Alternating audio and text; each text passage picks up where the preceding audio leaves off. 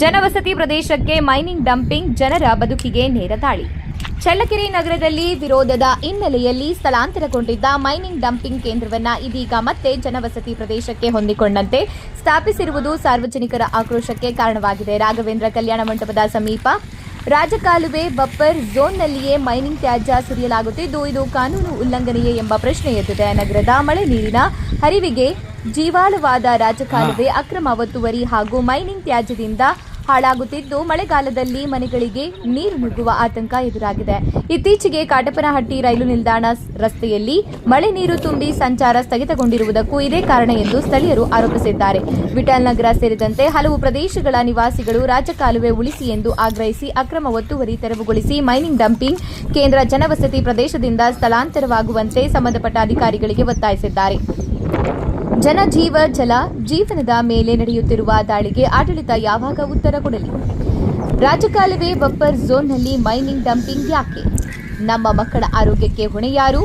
ನಗರದ ಸಾರ್ವಜನಿಕರ ಆಕ್ರೋಶದ ನುಡಿಗಳನ್ನು ನೀವೇ ಕೇಳಿ. ಜನಧ್ವನಿ ನ್ಯೂಸ್, ಜನರ ಧ್ವನಿ, ಸತ್ಯದ ಧ್ವನಿ. ಚಳ್ಳಕೆರೆ ನಗರದಲ್ಲಿ ಹಲವಾರು ಸಮಸ್ಯೆಗಳು ನಡೀತಾ ಇದ್ದಾವೆ. ಆಡಳಿತ ಪಕ್ಷದವರು ಗಮನ ಕೊಡ್ತಾ ಇಲ್ಲ. ವಿರೋಧ ಪಕ್ಷವಾಗಿ ಕೆಲಸ ಮಾಡೋ ಬಿಜೆಪಿ ಅವರು ಸಹ ಯಾವುದೇ ಒಂದು ತಾಪತ್ರಯಗಳಿಗೆ ಸಮಸ್ಯೆಗಳಿಗೆ ಸ್ಪಂದಿಸ್ತಾ ಇಲ್ಲ. ಮೈನ್ಸ್ ಮಾಫಿಯಾ ಇಷ್ಟೆಲ್ಲ ನಡೀತಾ ಇದ್ರು ಅವರು ಗಮನ ಕೊಟ್ಟಿಲ್ಲ. ಒಂದ್ ಕಣ್ಣಿಗೆ ಎಣ್ಣೆ, ಒಂದ್ ಕಣ್ಣಿಗೆ ಬೆಣ್ಣೆ, ಒಂದ್ ಕಣ್ಣಿಗೆ ಸುಣ್ಣ ಮಾಡಿದ್ದಾರೆ. ಪಾವಗಡ ರೋಡ್ದಲ್ಲಿ ಆಗ್ತಿರೋ ತೊಂದರೆ ತಪ್ಸಕ್ಕೋಸ್ಕರ ಅದೇ ತೊಂದ್ರೆನ ಇವಾಗ ಬೆಂಗಳೂರು ರೋಡ್ನವರು ಅನುಭವಿಸ್ತಾ ಇದೀವಿ. ಆದ್ರೂ ಅವ್ರು ಗಮನ ನೀಡ್ತಾ ಇಲ್ಲ. ವಿರೋಧ ಪಕ್ಷ ಇದ್ರು ಇಲ್ಲಿ ಏನ್ ಮಾಡ್ತಾ ಇದಾರೆ ಗೊತ್ತಾಗ್ತಿಲ್ಲ. ಒಂದು ರೈತರ ಹೋರಾಟಕ್ಕೆ ಬರ್ತಿಲ್ಲ. ನಾಗರಿಕ ಸಮಾಜ ಸಮಸ್ಯೆಗಳು ಸ್ಪಂದಿಸ್ತಾ ಇಲ್ಲ. ಅವ್ರು ಅಟ್ಲೀಸ್ಟ್ ಕೆಲವು ಹೋರಾಟಗಳೆಲ್ಲ ಭಾಗವಹಿಸಿ ಇದ್ದಾರೆ ಅನ್ನೋದನ್ನ ತೋರಿಸಬೇಕು. ಪ್ರತಿಯೊಂದು ಹೋರಾಟಗಳು ಸಂಘಟನೆಗಳು ಸಮಾಜದರೆ ಹೋರಾಟ ಮಾಡಕ್ ಆಗಲ್ಲ. ಪ್ರಶ್ನೆ ಮಾಡ್ಬೇಕು, ಶಾಸಕರನ್ನ ಕೇಳ್ಬೇಕು, ಆಡಳಿತ ವರ್ಗರಿಗೆ ಎಚ್ಚರಿಸ್ಬೇಕು. ಇಷ್ಟೆಲ್ಲ ಇದ್ರೂನು ಎಲ್ಲಿದ್ದಾರೆ ಏನ್ ಮಾಡ್ತಾರ ಅಂತಾನೆ ಗೊತ್ತಾಗ್ತಾ ಇಲ್ಲ. ಎಲ್ಲ ಸಮಸ್ಯೆಗಳಿಗೆ ಜನನೇ ಸ್ಪಂದಿಸ್ತಾ ಇದಾರೆ.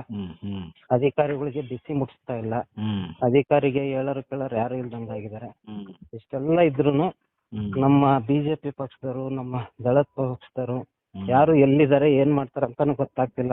ಬರೀ ಎಲೆಕ್ಷನ್ ಅಲ್ಲಿ ಮಾತ್ರ ಮುಖ ತೋರಿಸ್ಕೊಂಡಿದ್ರೆ ಆಗಲ್ಲ. ಜನಗಳ ಮಧ್ಯೆ ಇದ್ದು ಹೋರಾಡ್ಬೇಕು. ಅವರು ತಮ್ಮ ಜವಾಬ್ದಾರಿನ ಅರಿತುಕೊಳ್ಬೇಕು.